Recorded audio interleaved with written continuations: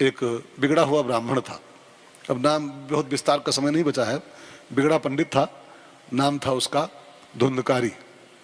आत्मदेव का बेटा है और धुंधकारी बिगड़ा पंडित था। पंडित तो बड़े बिगड़े होते हैं कोई कोई। हाँ, रावण पंडित तो था, कितना बिगड़ा था। हाँ, सब पंडित वही थोड़ा होते हैं, कई पंडित बड़े बड़े बदमाश होते हैं। तो अब रावण तो 4 वेद का शास्त्री था, आचार्य था, 4 वेद का आचार्य, कितना बदमाश पंडित था। तो ये भी आत्मदेव का लड़का है, लेकिन बिगड़ा पंडित था, धुंधकारी। पिताजी बेचारे कथा बाँच के घर में लाए थे, थोड़ा बहुत पैसा वैसा। और ये जब जवान हुआ धुंधकारी उनका लड़का, तो उसी नगर में एक कोठा था, 5 वैश्याओं के चक्कर में पड़ गया है धुंधकारी, और अपने बाप की कमाई हुई संपत्ति को वैश्याओं के पीछे सब गंवाना शुरू किया। यहाँ पर लिखिए पंचवधू व्रता, 5 वैश्याओं के चक्कर में पड़ गया। ये 5 वैश्याएं जानते क्या है? 5 वैश्याएं क्या है? वास्तव में मनुष्य के जिंदगी को लपेटे हैं 5 विषय। 5 विषय, शब्द, स्पर्श, रूप, रस और गंध, ये 5 विषय ही 5 वैश्याएं। और जो इन 5 विषयों की आपूर्ति में लगा है केवल बस, अच्छा अच्छा सुन लें, अच्छा अच्छा खा लें, अच्छा अच्छा पहन लें, अच्छा अच्छा देख लें, जो इन्हीं 5 के चक्कर में खाली पड़ा हुआ है, वही धुंधकारी है। धुंधकारी खाली एक नहीं होता है कोई, वो धुंधकारी एक नहीं है वो कथा वाला। धुंधकारी वो सब लोग हैं जो खाली इन 5 विषयों की पूर्ति कर रहे हैं। अरे भजन करो, विषयों के चक्कर में कहा विषय विषय विषय जहर होते हैं। और यही 5 विषय ही 5 वैश्याएं। वैश्या का एक अर्थ और होता है भाई बहन, उसको ध्यान देकर सुनो। वैश्या माने क्या होता है? सामान्य अर्थों में जो अपने पति को छोड़कर, माने धोखा देकर, जिस स्त्री का संबंध दूसरे पुरुषों से होता है, उसको हमारे समाज ने वैश्या नाम दिया। वैश्या, वैश्या माने कुछ नाचने वाली नहीं, खाली वो डांसर होती है, जो अपने पति को धोखा दे करके, छोड़ करके, जो जिसका संबंध गैर पुरुषों से रहता है, उसको बोलते हैं वैश्या, सामाजिक शब्दों में। अब ध्यान देकर सुनना थोड़ा विषय को। भगवान का एक नाम है हृषिकेशम, हृषिकेश, ऋषिकेश नहीं, हृषिकेश। संस्कृत भाषा में हृषिक माने होता है इंद्रियां, हृषिक, ईश माने स्वामी, पति, ठीक है ना। तो हमारी इंद्रियों के पति हैं भगवान कृष्ण। आंख कान के पति, आंखों के पति, ये हर्षिक हैं। हर्षिक आंख कान जिह्वा वगैरह, हर्षिक, ईश माने पति। तो इंद्रियों के पति हैं कृष्ण। अब अगर कृष्ण के साथ ही लगी हुई है इंद्रियां, तो पतिव्रता है। जैसे आंख भगवान का दर्शन करे तो पतिव्रता हो गई, और यही आंख भगवान को छोड़ के भाभी जी घर पे हैं कि नहीं है ढूंढे, हाँ, यही आंख, तो ये वैश्या हो गई। ये कान कथा सुने, कीर्तन सुने, तो यह पतिव्रता है, इंद्रिया। और यही कान कथा छोड़ के और सुने बेबी को बेस पसंद है, तो ये कान वैश्या हो गई। ये जबान कृष्ण का नाम ले तो ये पतिव्रता है। भगवान के मंदिरों को प्रसाद खाए, पतिव्रता है। दाल रोटी खाए, पतिव्रता है। यही ढूंढे चाट कहाँ मिलती है, फुल्का कहाँ मिलते हैं, बतासा पानी वाले कहाँ मिलते हैं, यही वैश्या हो गई। वैश्या माने कुछ और नहीं, अपने पति को छोड़कर दूसरों की जो भोग करे वो वैश्या होती है। इंद्रियां भगवान की पत्नी हैं, ये भगवान का स्वाद लें तो ये पतिव्रता है, और भगवान को छोड़कर कहीं और गई, ये वैश्या हो गई। और ये 5 इंद्रियों के विषयों के चक्कर में जो पड़ा हुआ है, वास्तव में वही धुंधकारी है। अब जानते हैं क्या हुआ? उन 5 वैश्याओं ने जब घर का उसके सब माल खा लिया, घर में जो था थोड़ा बहुत वो सब चुन गई, तब हुआ कि इसको हम खाली चाटें क्या, पैसा इसके पास है नहीं, अब पैसा खत्म हो गया। और वैश्या माने पैसा की दीवानी होती हो, पैसा नहीं तो किसी काम का नहीं हो। अब जो पैसा सब खा चुकी हैं और पैसा नील हो गया हो धुंधकारी, तो 5 वैश्याओं ने मिलकर उसका वध कर दिया धुंधकारी का। इनका क्या भरोसा है ऐसी स्त्रियों का यार। हाँ, चाणक्य का नाम सुने आप लोग? बिहार का चाणक्य हुआ बिहार में, सुने तो भेजी। चाणक्य ने एक श्लोक लिखा बड़ा बढ़िया, उसमें लिखा है 4 चीजें साक्षात मौत होती, प्रत्यक्ष मौत। 1, दुष्टा भार्या। अगर आपके चक्कर, आप कहीं किसी दुष्ट स्त्री के चक्कर में पड़ गए हो, दुष्टा भार्या, तो ये मत मानना कि हम बहुत दिन जिंदा रहेंगे, बहुत जल्दी मारेगी, मरवाएगी या मारेगी पक्का। दुष्टा, ये मैं नहीं कह रहा हूं, चाणक्य कह रहा। दुष्टा भार्या। सठम मित्रम, अगर आपका मित्र मूर्ख है, सठ है, लुच्चा है, लुच्चा, और लुच्चे से दोस्ती आप किए हो, और लुच्चा आपको कब मरवा देगा, कहाँ मरवा देगा, कोई भरोसा नहीं, मौत है प्रत्यक्ष। और भृत्यश्च उत्तरदायिका, अगर आपका नौकर, भृत्य माने होता नौकर, सेवक, अगर सेवक आपको तुरंत उत्तर देता है पर नहीं सेठ जी ऐसा नहीं, नहीं सेठ जी ऐसा नहीं होना चाहिए, तो जानना कि इसको, ये हमारे लिए मौत बन रहा है। भृत्यश्च उत्तरदायिका। और ससर्पेच गृहे वासो, जिस घर में आप रह रहे हो उसी घर की किसी दीवार में किसी कोने में एक सांप रह रहा है, कोबरा, उसी में कहीं कोबरा भी रहता है, आप भी उसी में रहते हो, तो वो कब मार देगा आपको, कब काट खाएगा, कोई भरोसा इसका नहीं। रात में कहीं उठे आप बाथरूम करने और आंगन में फैला हुआ, काट लेगा, फौरन सीताराम हो जाएगी। तो ये चार चीजें मानी गई हैं साक्षात मृत्यु, एक दुष्टा भार्या, एक सठम मित्रम, भृत्यश्च उत्तरदायिका और ससर्पेच गृहे वासो, ये चार मृत्यु रहे हो, ये साक्षात मृत्यु है, न संशया। अभी 5 दुष्टाओं के चक्कर में पड़ा था, वो जब सारा माल चूस गई, आखिरकार जब माल के बिना क्या करेंगे, उसको चाटेंगे, हो मार दिया उसको, धुंधकारी को। और मरा तो जिंदगी भर पाप किया था तो भयंकर प्रेत बना धुंधकारी। अब प्रेत योनि में जब चला गया तो उसका भाई था गोकर्ण धुंधकारी का, वो गाय से पैदा हुआ था। अब गोकर्ण जी को मिली खबर कि हमारा भाई भूत हो गया है, प्रेत बन के सबको परेशान कर रहा है, तो गोकर्ण जी चले गए उसका गया करने के लिए। बिहार में एक तीर्थ है गया, बिहार में, वहां चले गए कि गया कर दो तो शायद तर जाएगा। वहां जाके विधिवत गया किया, जैसे कुछ वहां होते, खुद पंडित थे वो, गोकर्ण जी बड़े ज्ञानी थे, विधिवत जाके गया किया कि हमारा भाई तर जाए, और सब कर करा के पिंडदान वगैरह वापस घर आए कि आराम करें, तो भाई तर गया होगा। और आए शाम को घर वर खोले अपना और चारपाई बिछाए और जो लेटे सोने के गोकर्ण भैया, त्यों सामने से काली काली परछाई उतरनी शुरू हुई। वो कहीं भैंसा बन जाए, कहीं शेर बन जाए, कहीं कुछ बन जाए। तो गोकर्ण जी समझ तो गए कि कोई प्रेतात्मा है, ये डराने का प्रयास कर रही है। हाथ में जल लिया, उसको मंत्रों से सिंचित किया और छींटा मारा, कौन है तू, बोल कौन है। और जो पूछा कौन है तो भूत बोला, हो प्रेत।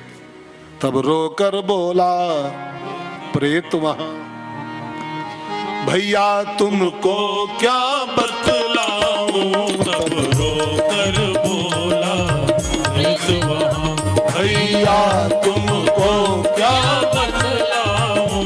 हो गया प्रेत में कर्मों से, हो गया प्रेत में कर्मों से, क्या दशा अपनी बतलाऊं। हो गया प्रेत में कर्मों से। प्रेत ने कहा भैया मैं आपका भाई हूं धुंधकारी, मेरा उद्धार नहीं हो रहा है, बहुत परेशान हूं मैं। तो कहा अरे यार तेरा उद्धार नहीं हुआ, मैं तेरे गया करके अपने हाथों आया हूं विधिवत, वहां जो कुछ होता है सब मैंने बड़े विधान से किया तेरे लिए, तू तरा नहीं।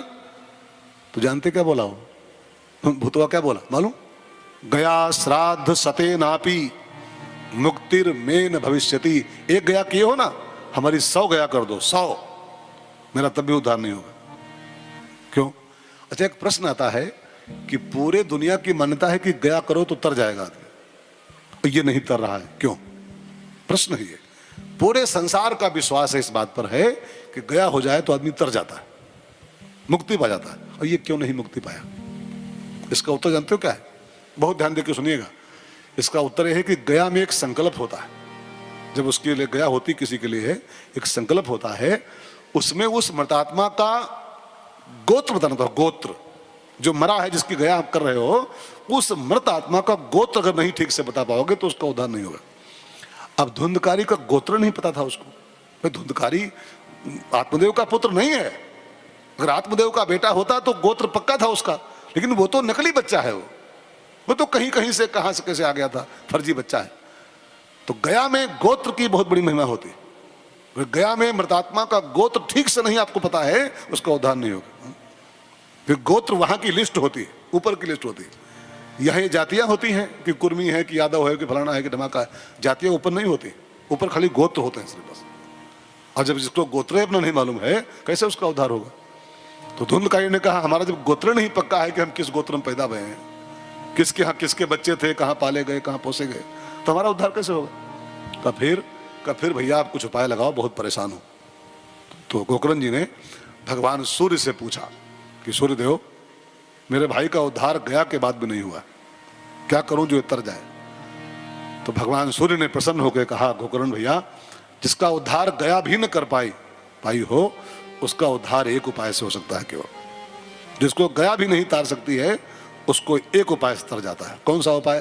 तो बोले श्रीमद् भागवतान मुक्ति सप्ताह वाचनम कुरु। जिसका उद्धार गया से भी नहीं होता है, उसका उद्धार भागवत से होता है। इसलिए हमारे नियम है कि जब कोई वो गया हुआ करके आता है ना, पुरखों के अपने 4 धामों गया सब कर लेता है, उसके बाद भागवत सुनता है आदमी, है ना। आजकल तो पंडाल लगते हैं बड़े बड़े भागवत के भी, लेकिन भागवत का नियम यह है कि जब अपने पुरखों के गया कर लो और सब 4 धाम वगैरह पूरे कर लो, तब भागवत सुनो। क्यों? क्योंकि अगर कोई पुरखा गया से बच गया हो, बाई चांस गया से भी रह गया हो उद्धार होने से, तो लास्ट में भागवत सुन लो, तो जिसका उद्धार गया से भी नहीं होता है, उसका उद्धार भागवत से हो जाता है। तो गया के बाद भागवत इसीलिए सुननी चाहिए, इसीलिए तो इसको भागवत सुनाओ, इतर जाएगा। बस गोकर्ण जी पंडित थे ही ऑलरेडी, पढ़े लिखे थे वो। उन्होंने तुरंत अपने को ही व्यास घोषित किया, खुद व्यास बने, पूरे गांव में निमंत्रण दे दिया, गांव वाले सुनने आने लगे, व्यास गद्दी रेडी हुई और सब देवताओं का आवाहन हुआ, प्रेतात्माओं का आवाहन हुआ, उसमें वो भूत भी आया, धुंधकारी, कथा सुनने के लिए। अब भूत तो होता है हवा, भूत हवा होता है, हवा चंचल होती है। अब बेचारा वो भूत आया तो पंडाल में, लेकिन वो बैठ नहीं सकता था, बड़ा चंचल था, हवा चंचल होती है। अब कथा सुननी चाहिए शांति से बैठ करके, कथा में बिल्कुल एक आसन लगा दिया तो लगा दिया। फिर दर्द थोड़ी बहुत हो उसको सहो, घुटने उठने दर्द कर रहे हो तो सही है थोड़ी देर, अभी यहाँ फिर वहां तो धुंधकारी है, धुंधकारी है। हमारी कथा में धुंधकारी बहुत आते, जो भागवत सुनने आवे, अब फिर इस कोने उस कोने उस कोने उस कोने, यहाँ से कूद के वहां से कूद के वहां, तो जानना ही भूतवा आ गया, धुंधकारी आ गया है। कथा माने एक आसन लगा दिया, फिर लगा दिया, फिर जब कहा जाएगा आरती में उठो, तब उठे आदमी उस आसन से, तब जानना कि ये कथा सुनने आया है। और नहीं जानना धुंधकारी आ गया, धुंधकारी है। धुंधकारी बहुत आजकल कथा में आ रहे हैं, बहुत। कुछ देर बैठेंगे इस कोने में, फिर यहाँ फुदकेंगे उस कोने में बैठेंगे, वहां जाएंगे वहां बैठेंगे, वहां जाएंगे वहां बैठेंगे, वो सब प्रेतात्मा है। जो भागवत सुनने आता है एक आसन लगाया, फिर हल्की फुल्की समस्या भी है, कुछ और लगा है 1 नंबर 2 नंबर, रोकिए, कहीं दर्द हो रहा है रोकिए उसको। तो बिना तपस्या क्या मिलता संसार में? तपस्या करनी चाहिए। प्यास लगी है रोकिए। अब अगर सोचो एक आदमी आपके साथ बैठा 4 घंटे से बोल रहा है ना। जब हम बिना पानी पिए बोल सकते हैं, तो आप बिना पानी पिए सुन नहीं सकते हो कथा क्या? अब खाली बैठना आपको सिर्फ है, हमको तो बोलना है 4 घंटे तक।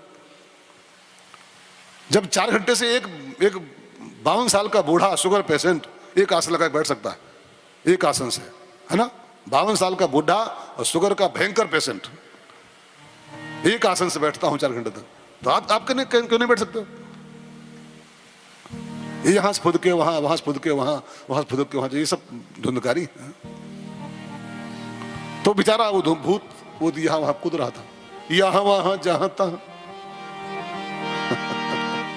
गाना था ना पिक्चर में को, यहाँ वहां जहां तहां, मत पूछो कहां कहां है संतोषी माँ अपनी संतोषी माँ, अपनी संतोषी माँ, अपनी संतोषी माँ, अपनी संतोषी माँ। तो उस धुंधकारी को लगा कि ये तो गड़बड़ हो रहा है, मैं तो यहाँ वहां घूम रहा हूँ, इससे क्या फायदा, कथा का फल कहाँ मिलेगा?